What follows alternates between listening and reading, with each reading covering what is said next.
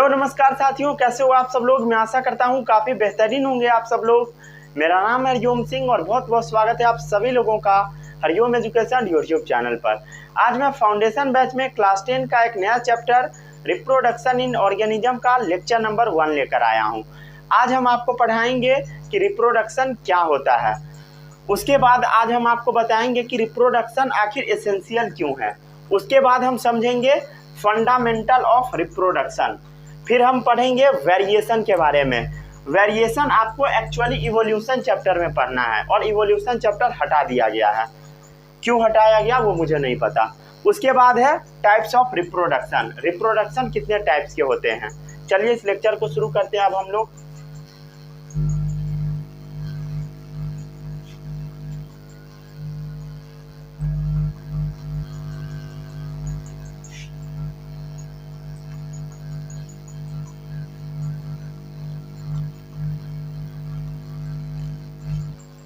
Copy में आपको heading डालना है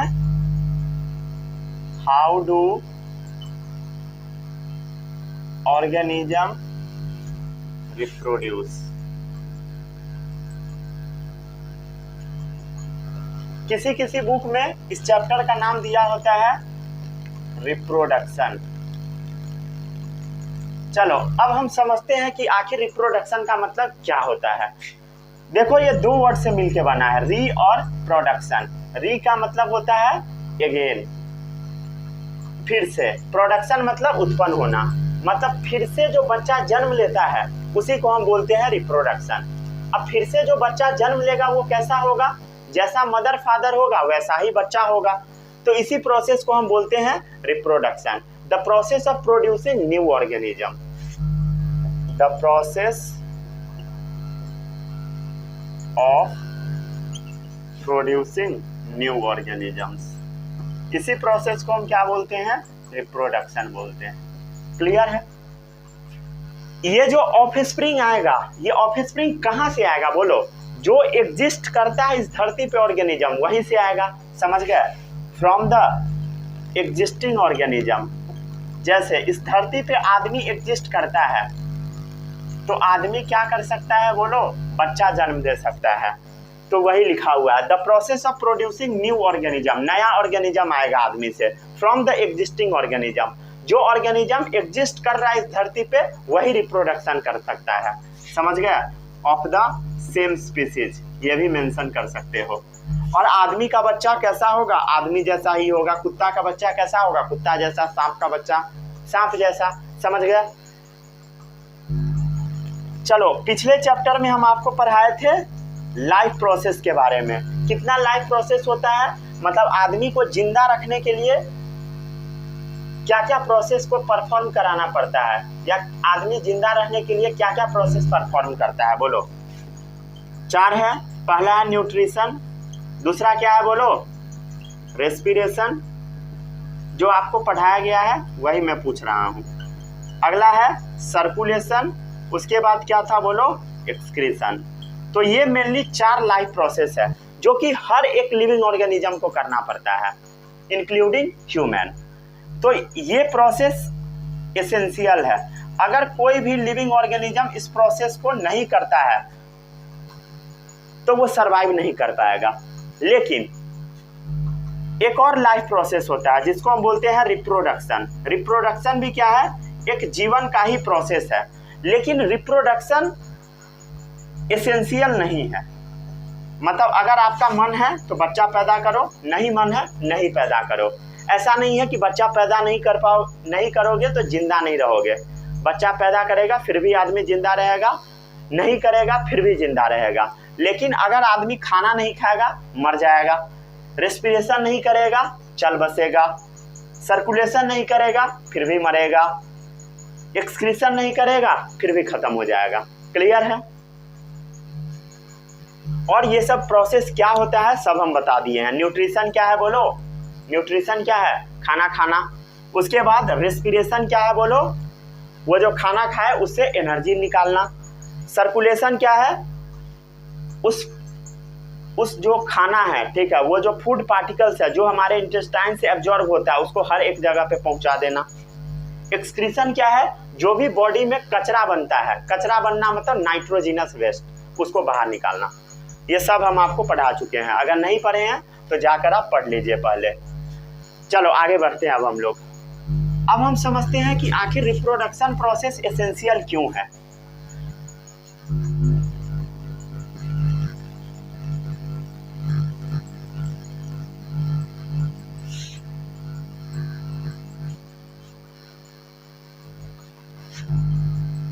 रिप्रोडक्शन एसेंशियल है, क्यों रिप्रोडक्शन जरूरी है बोलो? रिप्रोडक्शन से स्पेसीज का कंटिन्यूएशन होता है।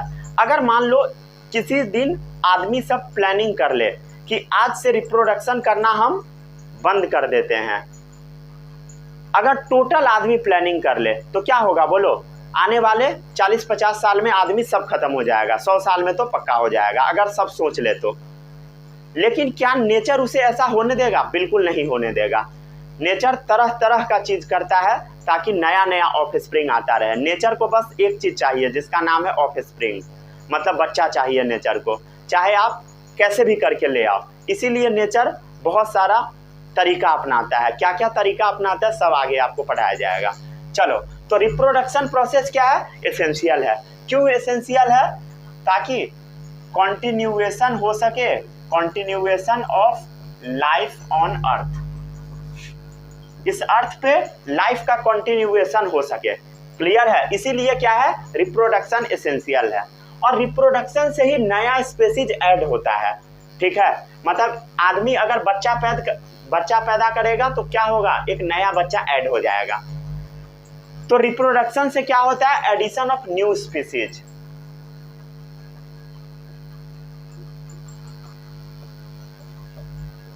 ठीक है, मतलब आदमी का नया बच्चा ऐड हो जाएगा। कुत्ता बच्चा जन्म देगा, कुत्ता का बच्चा ऐड हो जाएगा। जो भी जानवर बच्चा जन्म देगा उसका बच्चा ऐड हो जाएगा। और क्या क्यों जरूरी है बोलो? ताकि जो भी ऑर्गेनिज्म मर रहा है तो उसको रिप्लेस कर सके। ये भी लिख लो, रिप्लेसमेंट ऑफ डेड ऑर्गेनिजम्स। अगर मान लो आदमी मरते जा रहा है और नया बच्चा पैदा ही नहीं ले रहा है तो क्या होगा? आदमी का पॉपुलेशन बहुत ज्यादा गिर जाएगा। और क्यों जरूरी है? ताकि ट्रांसफर हो सके, transfer of variation from one generation to another generation. एक जनरेशन से दूसरे जनरेशन में वेरिएशन ट्रांसफर हो सके। वेरिएशन मतलब होता है चेंजिंग। क्या होता है बोलो? चेंजिंग, या चेंज लिख लो सीधे, परिवर्तन। ठीक है, मतलब फादर मदर से बच्चे में कुछ परिवर्तन आ जाए, इसीलिए जरूरत होता है रिप्रोडक्शन। ठीक है, अब हम समझते हैं the fundamental of reproduction. Heading डाल लो, the fundamental of reproduction. Reproduction का फंडामेंटल क्या है इसको हम लोग समझते हैं। ये वाला क्वेश्चन एग्जाम में आ सकता है कि रिप्रोडक्शन प्रोसेस क्यों एसेंशियल है, 2 नंबर में या 3 नंबर में भी कभी कभी आ जाता है। तो ये 4 पॉइंट लिख देना, एकदम पॉइंट टू पॉइंट आंसर दोगे नंबर मिलेगा, बात बनाओगे नंबर नहीं मिलेगा। सही बात जो है मैं आपको बता दिया। चलो अगला टॉपिक है द फंडामेंटल ऑफ रिप्रोडक्शन। आगे बढ़े, नोट कर लिए हो? चलो समझे इस चीज को हम लोग। सबसे पहले हम देख लेते हैं कि रिप्रोडक्शन प्रोसेस करता कौन है। तो रिप्रोडक्शन प्रोसेस जो करता है वो क्या है? पेरेंट्स है। तो पेरेंट्स क्या है? Reproducing organism. Reproducing organism, reproducing organism का मतलब क्या होगा? जो रिप्रोडक्शन प्रोसेस करे वो क्या है? Reproducing organism. और ये पेरेंट्स क्या क्रिएट करता है? न्यू ऑफस्प्रिंग बोल दो। ऑफस्प्रिंग मतलब संतान, संतान मतलब बच्चा या इंडिविजुअल बोल दो। ये नया बच्चा को जन्म देता है। कौन जन्म देता है? पेरेंट्स। समझ गए? और ये जो बच्चा होता है ये कैसा होता है बोलो? ये बच्चा सिमिलर टू पेरेंट होता है, मतलब अपने मम्मी पापा के जैसा होता है, एग्जैक्ट कॉपी नहीं होता है, मम्मी पापा के जैसा होता है बच्चा। क्लियर है? मम्मी पापा के पास 2 हाथ है तो उसके पास भी 2 हाथ होगा, मम्मी पापा के पास 2 पैर तो उसके पास भी 2 पैर। समझ गए? तो सिमिलर टू पेरेंट होगा। मैं ये नहीं लिखा एग्जैक्ट कॉपी ऑफ पेरेंट, ऐसा नहीं होता है। समझ गए? अब आपके मन में ये सवाल आएगा कि मम्मी पापा के सिमिलर क्यों बच्चा आता है? ठीक है, सिमिलर और एग्जैक्ट का मतलब आपको अभी तक समझ में आ गया होगा अगर आप क्लास 10th में है तो। अरे भाई मैथ्स में नहीं पढ़े हो कॉन्ग्रुएंसी वगैरह, वहां पर तो जरूर सीखे होगे। चलो, सिमिलर टू पेरेंट क्यों आता है, वाई, ये एक सवाल है। तो इसका जवाब है due to the presence of DNA. क्या चीज की वजह से आता है बोलो? डीएनए। कोई आपसे पूछेगा कि बच्चा मम्मी पापा जैसा ही क्यों आया, तो आप बोल देना डीएनए के कारण। डीएनए का फुल फॉर्म जान लो। इसका फुल फॉर्म होता है डीऑक्सी राइबो न्यूक्लिक एसिड। क्या होता है बोलो? Deoxy ribo nucleic acid. Clear है? तो डीएनए क्या होता है? Deoxy ribo nucleic acid. यही है blueprint of all basic body design. Clear है? तो ये डीएनए क्या है? Blueprint of all basic body design, मतलब हमारे बॉडी में जो भी डिजाइन है, हमारे बॉडी में जो भी चीज प्रेजेंट है, वो सब के सब डीएनए से ही आया है, डीएनए के कारण ही दिखाई दे रहा है। चलो इतना नोट करो जल्दी। साथ साथ नोट करते हो या बाद में? साथ साथ करते जाओ ताकि टाइम वेस्ट ना हो।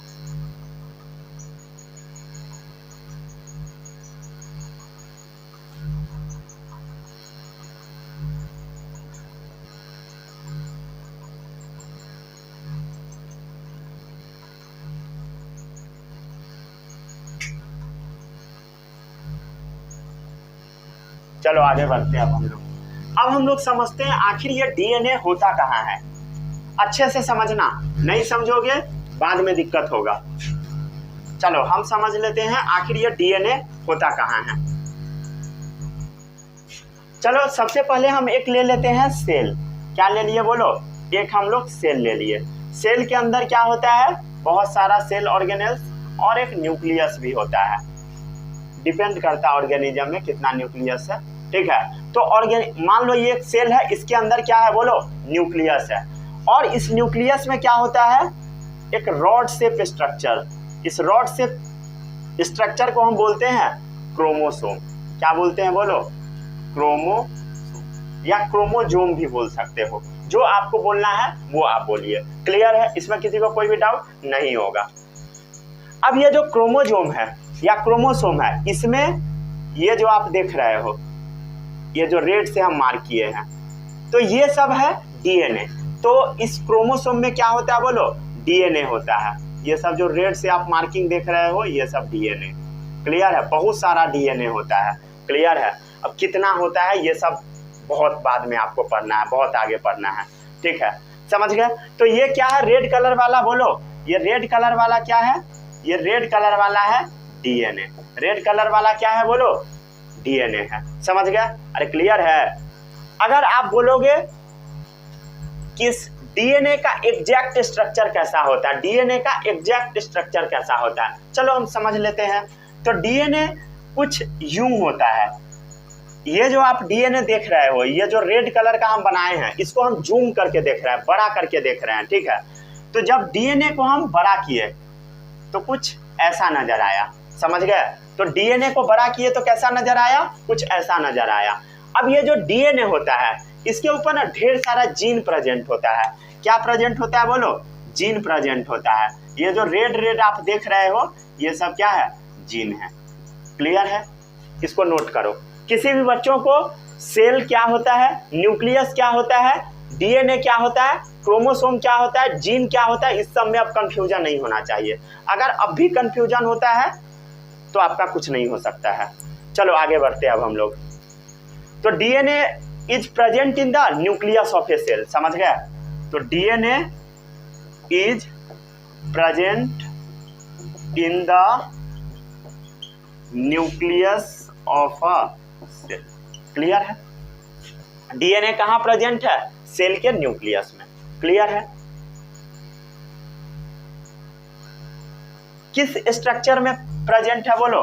इन the form of condense structure, condensed structure called as chromosome. इसका मतलब समझो, DNA is present in the nucleus of a cell, clear है, in the form of condense structure. ये जो डीएनए आप देख रहे हो, ये जो रेड कलर वाला देख रहे हो, ये ना आपस में कोच कोच के कसा होता है। कोच कोच के कसना मतलब होता है कॉन्डेंस कर देना। तो ये जो डीएनए आप रेड कलर वाला देख रहे हो, ये कॉन्डेंस स्ट्रक्चर होगा। और ये जब डीएनए को जब हम अच्छे से कॉन्डेंस कर देते हैं, इसी को बोला जाता है क्रोमोसोम। यही लिखा हुआ है, समझ गए? चलो आगे बढ़ते हैं अब हम लोग।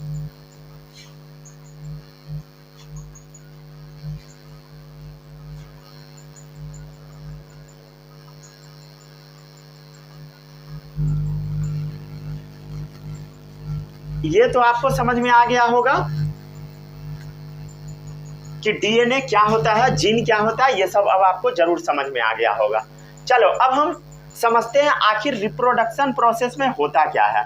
तो रिप्रोडक्शन में सबसे पहले होता है डीएनए का कॉपी तैयार, तो making copies of DNA, clear है? ये जो आप डीएनए देख रहे हो, इसका ना एग्जैक्ट एक कॉपी तैयार होता है, समझ गए?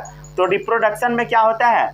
Making exact copies of DNA, मतलब डीएनए का एग्जैक्ट कॉपी तैयार करना होगा। ऐसा नहीं है कि उस कॉपी में कुछ गड़बड़ी हो जाए। अगर कॉपी में गड़बड़ी होता है तो ढेर सारा बीमारी हो जाएगा, क्लियर है? जिसको हम बोलते हैं जेनेटिक डिसऑर्डर। तो ढेर सारा बीमारी ना हो, इसके वजह से क्या होता है कि एग्जैक्ट कॉपी तैयार किया जाता है। और ये ढेर सारा केमिकल रिएक्शन के थ्रू होता है, और वो केमिकल रिएक्शन लिविंग होता है। और लिविंग के लिए हम बायो शब्द का इस्तेमाल करते हैं, और ये केमिकल रिएक्शन लिविंग है, इसलिए हम इसको बोल देते हैं बायोकेमिकल रिएक्शन। तो ये जो डीएनए का कॉपी तैयार हो रहा है, किस प्रोसेस के द्वारा तैयार हो रहा है? बायोकेमिकल रिएक्शन के द्वारा तैयार हो रहा है, क्लियर है? डीएनए क्या होता है बोलो? डीएनए होता है इंफॉर्मेशन सोर्स। क्या होता है बोलो? डीएनए इंफॉर्मेशन सोर्स होता है, इंफॉर्मेशन सोर्स होता है। क्या चीज के लिए होता है बोलो?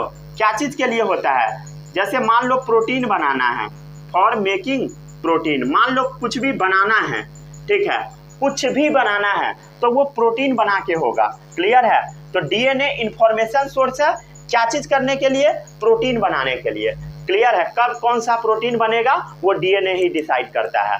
और सेल का जो पूरा मशीनरी होता है उसको भी यही कंट्रोल करता है। तो सेल भी हमारा एक मशीन की तरह है, और इस सेल्यूलर मशीनरी का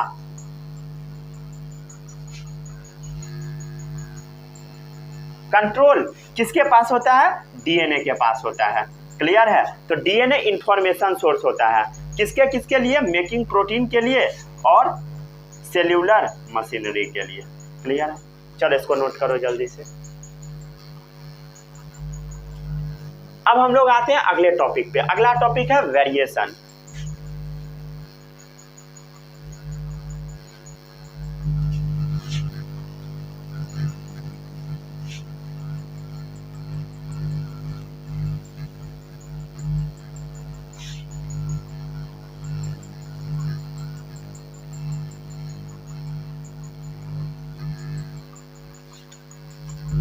अगला टॉपिक है वेरिएशन। वेरिएशन का मतलब होता है परिवर्तन, वेरिएशन का मतलब होता है चेंज, क्लियर है?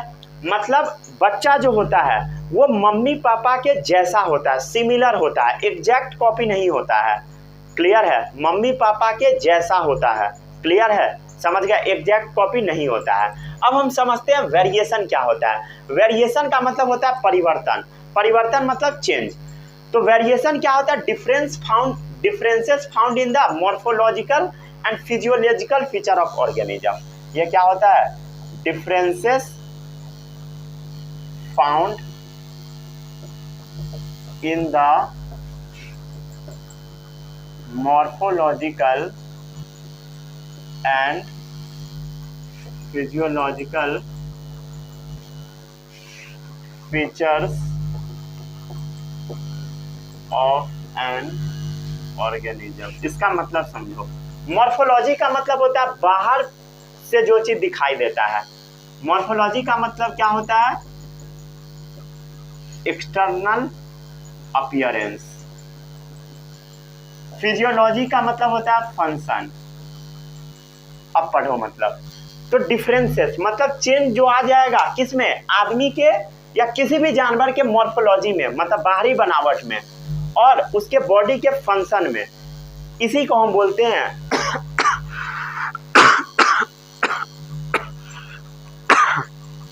सॉरी, इसी को हम क्या बोलते हैं? वेरिएशन बोलते हैं। इसमें किसी भी बच्चों को कोई भी डाउट नहीं होगा। चलो, अब हम आपको क्या बताए थे कि हमारे बॉडी में बायोकेमिकल रिएक्शन चल रहा होता है, और आपको जानकर हैरानी होगी, कोई भी बायोकेमिकल रिएक्शन को आप 100% नहीं मान सकते हो कि ये सही ही होगा।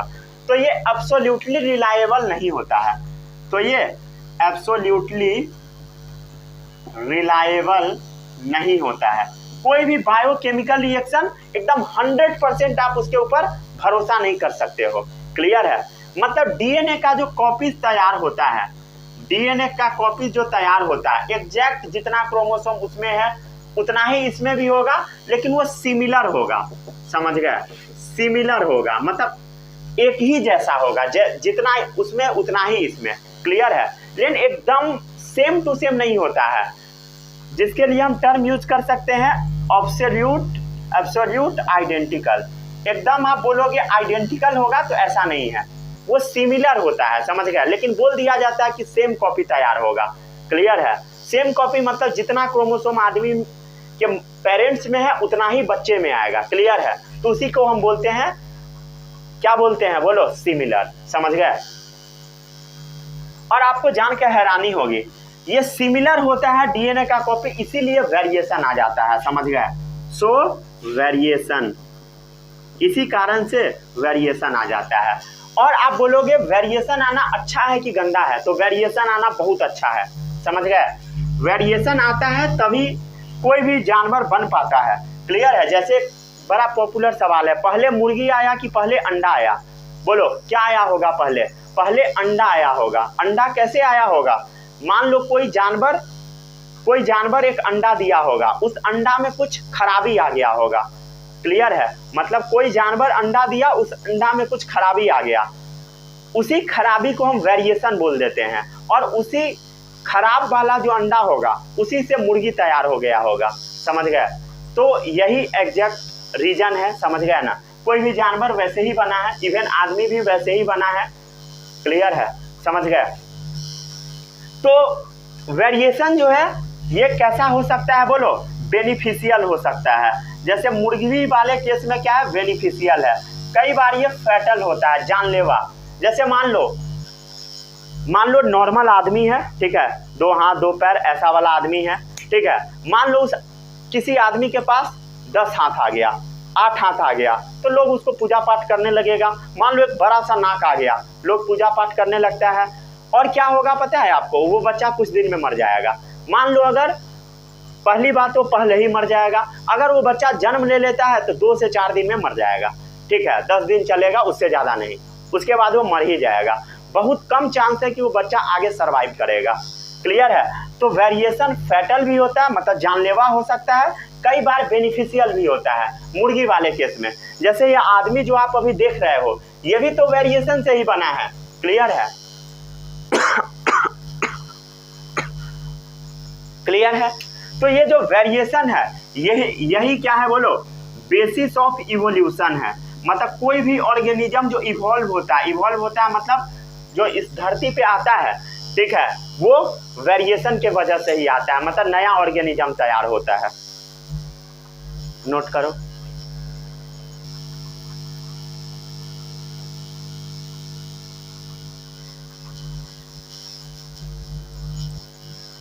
आगे बढ़े हम लोग।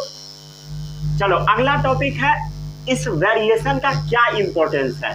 ठीक है, ये भी क्वेश्चन एग्जाम में आ सकता है, क्योंकि ये वाला पार्ट रिप्रोडक्शन वाले चैप्टर में दे रखा है। इवोल्यूशन हट गया है, उससे कोई फर्क नहीं पड़ता है। जो चीज दे दिया है किसी और चैप्टर में और वो चैप्टर पढ़ना है तो वो आपको पढ़ना ही पड़ेगा। क्लियर है? चलो अगला टॉपिक है इंपॉर्टेंस ऑफ वेरिएशन। वेरिएशन का क्या इंपॉर्टेंस है? तो वेरिएशन क्या होता है ये समझ में आ गया। वेरिएशन का मतलब होता है क्या चीज, बोलो? चेंजेस, समझ गया, परिवर्तन। क्लियर है? चलो बायो में एक और टर्म हम इस्तेमाल करते हैं जगह के लिए, प्लेसेस के लिए हम लोग NICHES टर्म का इस्तेमाल करते हैं। इसको हम लोग नीच पढ़ते हैं, ठीक है? इसको नीच पढ़ो या नीचे पढ़ो या नीच पढ़ो, जो पढ़ना है वो पढ़ो, ठीक है? तो कोई भी जगह के लिए हम लोग बायो में नीच टर्म का इस्तेमाल करेंगे, ठीक है? नीच, ठीक है? हम लोग इसको नीच बोलते हैं। जिसको नीचे बोलना है नीचे बोलो, आपका जो मन है वो बोलो। तो organism occupy well defined place in the ecosystem, समझ गया? तो ऑर्गेनिजम्स ऑक्युपाई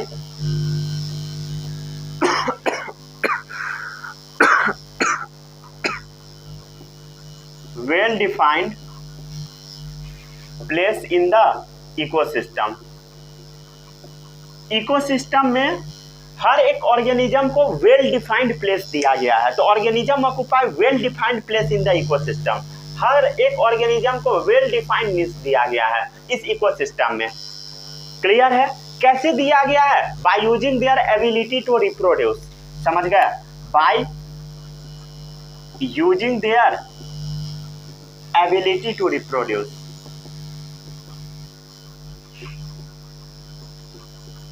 कौन सा ऑर्गेनिज्म किस तरीके से रिप्रोडक्शन करता है उसके आधार पे उस ऑर्गेनिज्म को एक पार्टिकुलर प्लेस दे दिया गया है। इसका मतलब आप समझ सकते हो, जिसका सेम बॉडी डिजाइन होगा उसको सेम जगह पे रखा गया है। तो जिस ऑर्गेनिज्म का सेम बॉडी डिजाइन होगा, ठीक है, उसको सेम प्लेस पे रखा गया है या सेम नीश पे रखा गया है। क्लियर है? जैसे मान लो गाय हो गया, गधा हो गया, ठीक है, घोड़ा हो गया, तो वो सब कहाँ रहता है बोलो? अरे घोड़ा जो पाल लेता है आदमी उसका बात मैं नहीं कर रहा, ठीक है, जो गाय पाल लेता है उसका बात नहीं कर रहा। ये सब ऑर्गेनिज्म के पास क्या है? 4 पैर है, हर चीज सेम तरीके का है, तो वो सब एक ही जगह पे रहता है।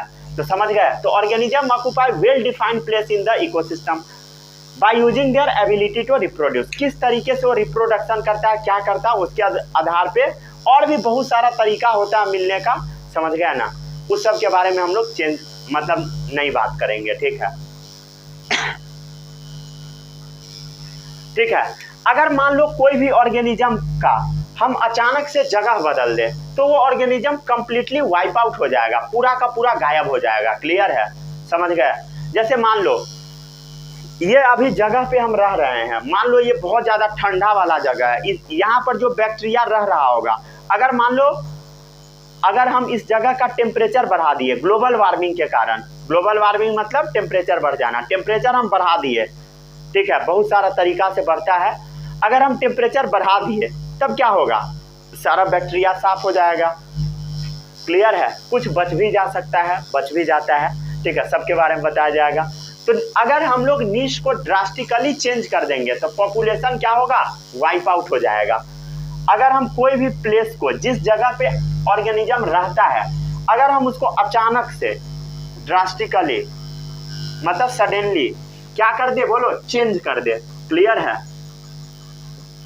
अगर हम अचानक से उस जगह को ही बदल दे तब क्या होगा? वो पूरा पॉपुलेशन वाइप आउट हो जाएगा।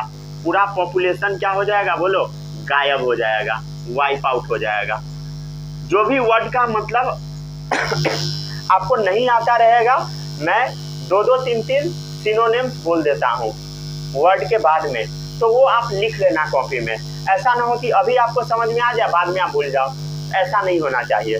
तो कोई भी पॉपुलेशन, कोई भी पार्टिकुलर पॉपुलेशन हो, वो पूरा गायब हो जाएगा।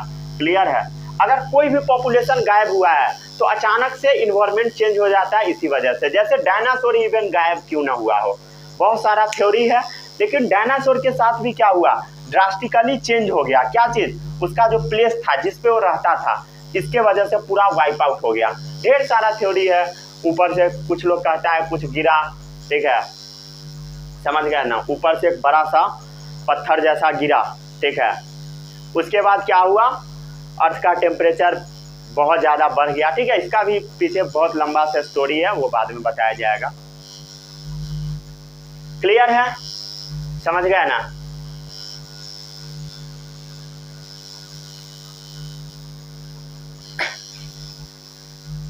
चलो, कुछ इंडिविजुअल जो होता है, फ्यू इंडिविजुअल, वेरिएशन के बावजूद चांस ऑफ सर्वाइवल होता है। मतलब कुछ कुछ ऑर्गेनिज्म ना वेरिएशन होने के बाद भी सर्वाइव कर जाता है। क्लियर है, समझ गए, क्लियर है। फ्यू ऑर्गेनिज्म वेरिएशन होने के बाद में भी सर्वाइव कर जाता है। क्लियर है, फ्यू ऑर्गेनिज्म वेरिएशन के बाद भी चांस ऑफ उसका सर्वाइवल ज्यादा होता है। अब किस ऑर्गेनिज्म का होता है वो हम बताते हैं, इसका एक एग्जाम्पल से हम समझते हैं।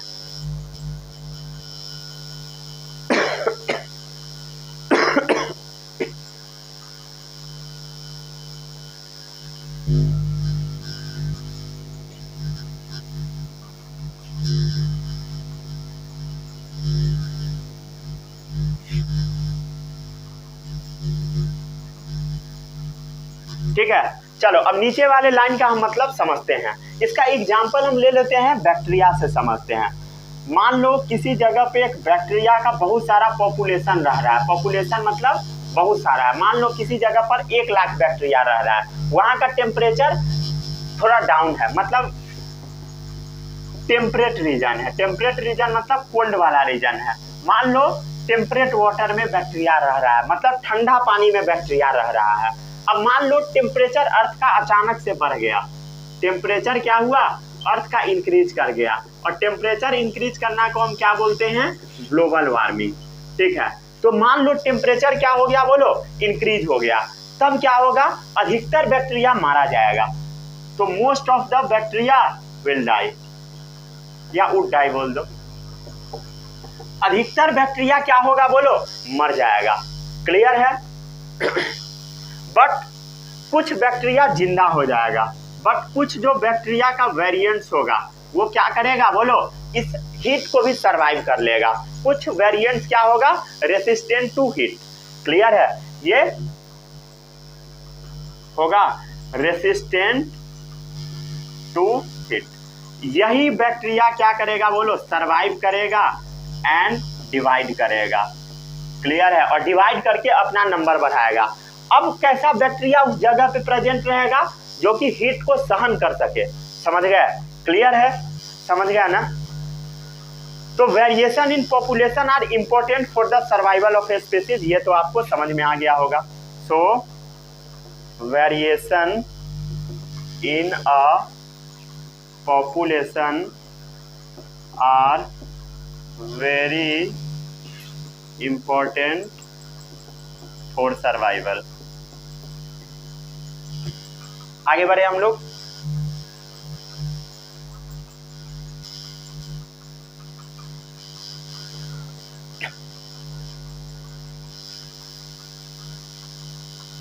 चलो अब हम लोग लास्ट टॉपिक पे आते हैं आज के। ये है आपका टाइप्स ऑफ रिप्रोडक्शन।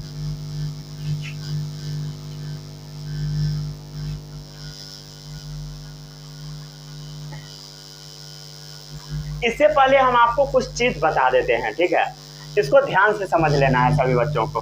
मान लो ये एक आदमी है, क्या है, बोलो आदमी है। हर एक बच्चे को ये चीज पहले से आना ही चाहिए, ठीक है। पहले से अगर आपको आता है अच्छी बात है, नहीं आता है सीख लो, जो सिखा रहे हैं वो। आदमी का जो बॉडी होता है, इसको लिखने का एक तरीका होता है, डिप्लॉयड। तो आदमी का बॉडी कैसा है, बोलो डिप्लॉयड। अगर हम कहीं भी लिख रहे हैं टू एन का मतलब होगा डिप्लॉयड।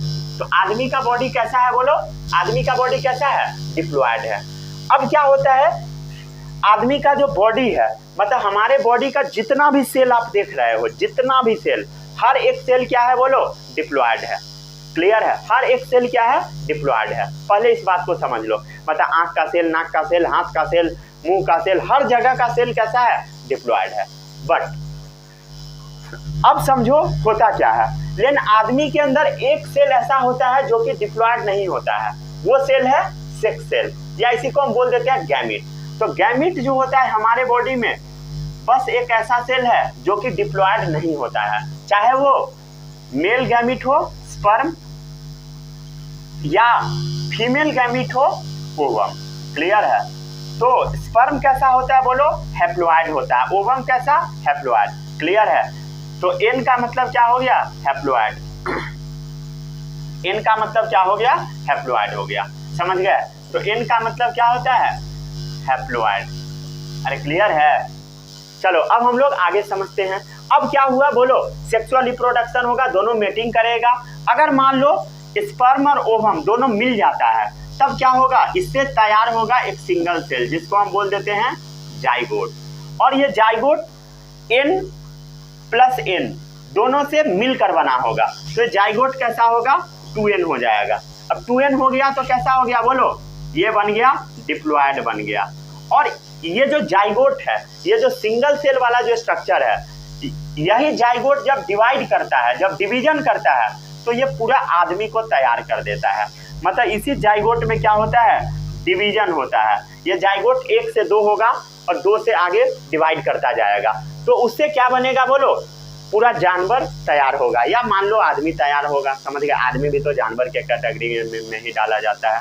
चलो आगे बढ़ते हैं। अब हम लोग यहाँ पर हम आपको कुछ चीज बता देते हैं, ठीक है? सबसे पहले हम बताते हैं माइटोसिस क्या होता है, मियोसिस क्या होता है।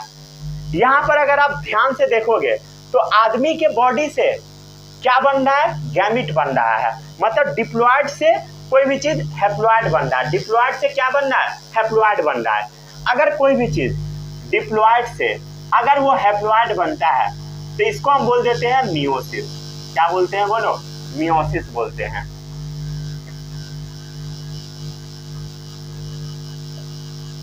क्लियर है? अगर कोई भी चीज 2n से n बनता है तो उसको हम क्या बोलते हैं बोलो? मियोसिस बोलते हैं।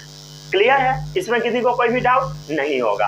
तो यहाँ पर आदमी से गैमिट बन रहा है, तो किस प्रोसेस के द्वारा बन रहा होगा बोलो? मियोसिस के द्वारा बन रहा होगा। अब ये गैमिट बन गया, जाइगोट बन गया, ठीक है? और जाइगोट डिवाइड कर करके आदमी बना दिया, मतलब डिप्लॉयड से डिप्लॉयड ही रह गया। तो इस प्रोसेस को हम बोलते हैं माइटोसिस। क्या बोलते हैं बोलो? माइटोसिस। क्लियर है? तो यहाँ पर कौन सा डिवीजन हुआ? यहाँ पे माइटोसिस डिवीजन हुआ। कौन सा डिवीजन हुआ? Mitosis division. माइटोसिस डिवीजन का मतलब क्या हुआ? 2n में ही रह जाएगा। मियोसिस का मतलब क्या होगा? 2n से n बन गया, मतलब डिप्लॉयड से हैप्लॉयड बना, यहाँ डिप्लॉयड से डिप्लॉयड ही रह गया। आगे बढ़े अब हम लोग। चलो ठीक है, अब हम लोग समझते हैं नया टॉपिक, ठीक है?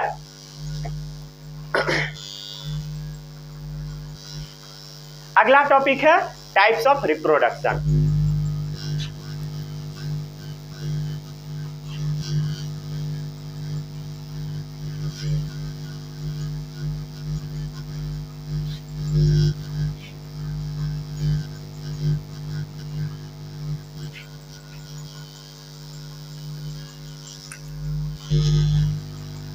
अगला टॉपिक है टाइप्स ऑफ रिप्रोडक्शन। रिप्रोडक्शन कितने टाइप्स के होते हैं? तो रिप्रोडक्शन मेनली 2 टाइप्स के होते हैं। पहला है एसेक्सुअल और दूसरा है सेक्सुअल। हम समझते हैं एसेक्सुअल रिप्रोडक्शन क्या होता है। ऐसा रिप्रोडक्शन जिसमें सिंगल ऑर्गेनिज्म बच्चा पैदा कर दे, मतलब रिप्रोडक्शन प्रोसेस में सिंगल पेरेंट इन्वॉल्व हो। कितना पेरेंट बोलो? Single parent. और जिसमें 2 पेरेंट इन्वॉल्व हो। कितने पेरेंट? 2 पेरेंट। उसको हम बोल देते हैं सेक्सुअल रिप्रोडक्शन। तो एसेक्सुअल क्या होता है? जिसमें सिंगल पेरेंट इन्वॉल्व हो। सेक्सुअल क्या होता है? जिसमें 2 पेरेंट्स इन्वॉल्व हो। ये जो एसेक्सुअल होता है ये कॉमन होता है, कॉमन इन यूनिसेल्यूलर ऑर्गेनिज्म। किसमें होता है बोलो? यूनिसेल्यूलर ऑर्गेनिज्म में होता है। यूनिसेल्यूलर ऑर्गेनिज्म क्या होता है? जो यूनि मतलब होता है सिंगल, जो एक सेल का बना हो। सेल्यूलर मतलब सेल, जो एक सेल का बना हो वो क्या है बोलो, यूनिसेल्यूलर। तो ये जो रिप्रोडक्शन होता है ये सिर्फ एक सेल वाले ऑर्गेनिज्म में कॉमनली देखने को मिलता है। और ये जो सेक्सुअल होता है मतलब आदमी वाला रिप्रोडक्शन, तो आदमी मिलियंस ऑफ सेल का बना हुआ है, मतलब बहुत सारे सेल्स का बना हुआ है। तो आदमी में जो रिप्रोडक्शन होगा ये कॉमनली कैसा होगा, common in multi cellular organism, मतलब आदमी में होगा सेक्सुअल रिप्रोडक्शन और ये मल्टी सेल्यूलर ऑर्गेनिज्म में कॉमनली देखने को मिलता है। मल्टी मतलब होता है मेनी, सेल्यूलर मतलब सेल्स वाला, जो बहुत सारा सेल्स वाला ऑर्गेनिज्म है उसमें देखने को मिलेगा।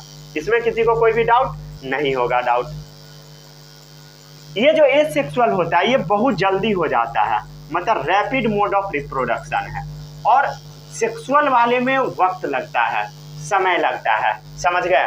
अरे क्लियर है? तो वो रैपिड मोड ऑफ रिप्रोडक्शन नहीं है, तो इसमें रैपिडली नहीं होता है और इसमें रैपिडली होता है, मतलब बहुत जल्दी हो जाता है। समझ गए? इसका जो सेल डिवीजन आप देखे हो, सेल डिवीजन किसका, सेल डिवीजन एसेक्सुअल का दो तरीके से होता है। पहला है माइटोसिस वाला तरीका, जिसको हम बोल देते हैं माइटोटिकली। माइटोटिकली का मतलब होता है माइटोसिस। माइटोसिस क्या होता है हम आपको बता दिए हैं, 2n से 2n में ही जब ऑर्गेनिज्म रह जाता है उसी को हम क्या बोलते हैं, माइटोसिस बोलते हैं। क्लियर है? और एक और प्रोसेस होता है, देखो माइटोसिस क्या है, माइटोसिस है बस सेल का डिवाइड होने का तरीका, सेल डिवीजन। आप देखे थे क्या हो रहा था, जाइगोट से जब आदमी तैयार हो रहा था तो किस प्रोसेस के द्वारा होगा, माइटोसिस के द्वारा। क्लियर है? और एसेक्सुअल वाले में इधर नहीं घुसते हैं, ठीक है, दोनों को कंपैरिजन करके लिख रहे हैं, इधर नहीं घुसते हैं। तो माइटोसिस क्या है बोलो, माइटोसिस है सेल डिवीजन। अरे क्लियर है? तो माइटोसिस क्या है, सेल डिवीजन। चलो, और एक और तरीका होता है सेल को डिवाइड करने का, जिसको हम बोल देते हैं अमाइटोटिकली। सबसे पहले हम समझते हैं अमाइटोटिकली और माइटोटिकली का मतलब क्या होता है। पहले हम समझ लेते हैं अमाइटोटिकली का मतलब क्या होता है। जैसे मान लो एक सेल है, ये क्या है बोलो, सेल है। सेल में क्या क्या प्रेजेंट है बोलो, अंदर में न्यूक्लियस है और ऊपर लिखते हैं अंदर में न्यूक्लियस है और इधर ये न्यूक्लियस हो गया बड़ा सा मान लो, ठीक है, और बाहर है साइटोप्लाज्म। और ये जो सेल है ये क्या हुआ, अपना साइज को ग्रो करा लिया। साइज को क्या करा लिया, ग्रो करा लिया। न्यूक्लियस भी ग्रो हो गया। अब ये सेल क्या होगा, दो पार्ट में टूट जाएगा, दो पार्ट में टूट गया। क्लियर है? अब यहां पर आपको कुछ समझ में आ रहा होगा। अब ये जो बच्चा बना, ये जो ऑफस्प्रिंग बना, इस ऑफस्प्रिंग को हम बोल देते हैं डॉटर सेल। क्या बोलते हैं बोलो, डॉटर सेल। तो ये दोनों कौन सा सेल है बोलो, ये और ये कौन सा सेल है, डॉटर सेल है। तो यहाँ पर जो डॉटर सेल बना वो कैसा होगा, एग्जैक्ट अपने पेरेंट जैसा होगा। इसी को हम बोलते हैं अमाइटोटिकली। अमाइटोटिकली का मतलब ये जो सेल डिवीजन है बहुत ज्यादा सिंपल है। कैसा होता है बोलो, सिंपल सेल डिवीजन होता है। क्लियर है? समझ गए? तो अमाइटोटिकली का मतलब क्या होता है, सिंपल वाला सेल डिवीजन। लेकिन आदमी का जो सेल डिवीजन होता है, मतलब जाइगोट से जो आदमी तैयार होता है, वो बहुत ज्यादा कॉम्प्लेक्स प्रोसेस से गुजरता है। कैसे प्रोसेस से गुजरता है बोलो, कॉम्प्लेक्स प्रोसेस से। तो माइटोसिस वाला जो सेल डिवीजन है कॉम्प्लेक्स है और अमाइटोटिकली क्या है बोलो, सिंपल है। समझ गए? इसमें किसी को कोई भी डाउट नहीं होगा। और इधर बताओ, इधर जो सेल डिवीजन होगा सेक्सुअल रिप्रोडक्शन वाले में, सेक्सुअल वाले में ये होगा, इसमें मियोसिस होगा। कब होगा मियोसिस, गैमीट फॉर्मेशन के समय। क्लियर है? मेनली हम लोग गैमीट के बारे में ही बात कर रहे हैं, ठीक है। तो गैमीट जब आदमी का बनता है तो उस टाइम पे क्या होता है बोलो, मियोसिस चलता है। समझ गए? और मियोसिस क्या होता है अभी तक हम आपको बता चुके हैं। क्लियर है? तो कब बनता है ये बता दिए। इसमें कितना पेरेंट इन्वॉल्व है, सिंगल पेरेंट। उसमें कितना पेरेंट इन्वॉल्व है बोलो, 2 पेरेंट्स इन्वॉल्व है। इसमें किसी को कोई भी डाउट नहीं होगा। तो इसका जो नया बच्चा होगा, इसका जो न्यू इंडिविजुअल होगा, वो सेम टू सेम कैसा होगा बोलो, एसेक्सुअल वाले का अपने पेरेंट्स जैसा होगा। तो न्यू इंडिविजुअल सेल डिवीजन के बाद जेनेटिकली आइडेंटिकल टू पेरेंट होगा। तो न्यू इंडिविजुअल सेल डिवीजन के बाद कैसा होगा बोलो, genetically identical to parents, identical to parents मतलब वो अपने पेरेंट्स के जैसा ही होगा। क्लियर है। और एग्जैक्टली जो पेरेंट्स जैसा होता है इसके लिए हम टर्म इस्तेमाल करते हैं जिसको बोलते हैं क्लोन। याद कर लेना, क्लोन बहुत इंपॉर्टेंट है, समझ गए। और उसका जो न्यू इंडिविजुअल होगा सेक्सुअल वाले का, इसका जो न्यू इंडिविजुअल होगा, न्यू इंडिविजुअल, इसमें वेरिएशन आ जाएगा, समझ गए। सेक्सुअल रिप्रोडक्शन में कुछ ना कुछ परिवर्तन जरूर आता है, समझ गए। तो सेक्सुअल रिप्रोडक्शन का जो न्यू इंडिविजुअल होगा, जो सेल डिवीजन के बाद तैयार होगा, उसमें वेरिएशन आ जाएगा। और अगर कोई आपसे ये पूछता है कि वेरिएशन आना अच्छी बात है या बुरी बात, तो आप ये बात याद रखना, वेरिएशन आना बहुत अच्छी बात है। जिसका वेरिएशन नहीं आता समझो कुछ टाइम बाद खत्म हो जाएगा, मतलब 10,000 साल 20,000 साल बाद 1,00,000 साल बाद वो खत्म हो जाएगा। लेकिन जिसमें वेरिएशन आ रहा है वो कभी खत्म नहीं होगा, समझ गए। बहुत कम चांस है, कभी नहीं बोलना गलत है, समझ गए। और इसमें तो गैमिट बन ही नहीं रहा है, तो इसमें फ्यूजन ऑफ गैमिट्स नाम का कोई सवाल ही नहीं है। क्लियर है। इसमें फ्यूजन ऑफ गैमिट होगा ही नहीं, क्लियर है। लेकिन इधर फ्यूजन ऑफ गैमिट होगा, फ्यूजन ऑफ गैमिट्स होगा, क्लियर है। ये जैसे मान लो मेल है तो मेल क्या रिलीज करेगा, स्पर्म करेगा, और फीमेल ओवम, ओवम दोनों मिलेगा सिंगल सेल बनाएगा जाइगोट। क्लियर है। मतलब क्या हो गया, मेल और फीमेल गैमिट का मिलन, इसी को हम बोलते हैं जाइगोट फॉर्मेशन। क्लियर है, समझ गए। चलो यहां पर आपका ये लेक्चर आज का समाप्त हो जाता है। नोट कर लिए होगे, बोर्ड में रब कर देता हूं। बोर्ड रब करना बहुत ज्यादा जरूरी होता है, कभी कभी छूट जाता है, उसके बाद साफ ही नहीं होता। अरे भाई ये मार्कर सब नकली मार्केट में मिलता है।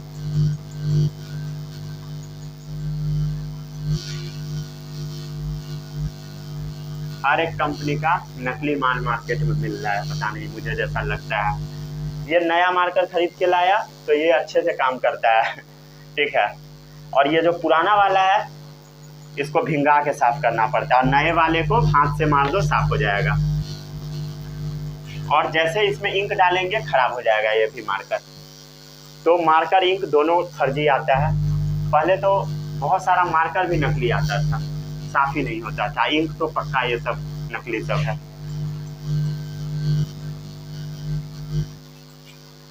ठीक है, यहाँ पर हम लोग लेक्चर को समाप्त करते हैं। मिलते हैं हम लोग अगले लेक्चर में, वहां पर हम लोग एसेक्सुअल रिप्रोडक्शन के बारे में पढ़ेंगे। All the best, bye bye, जय हिंद।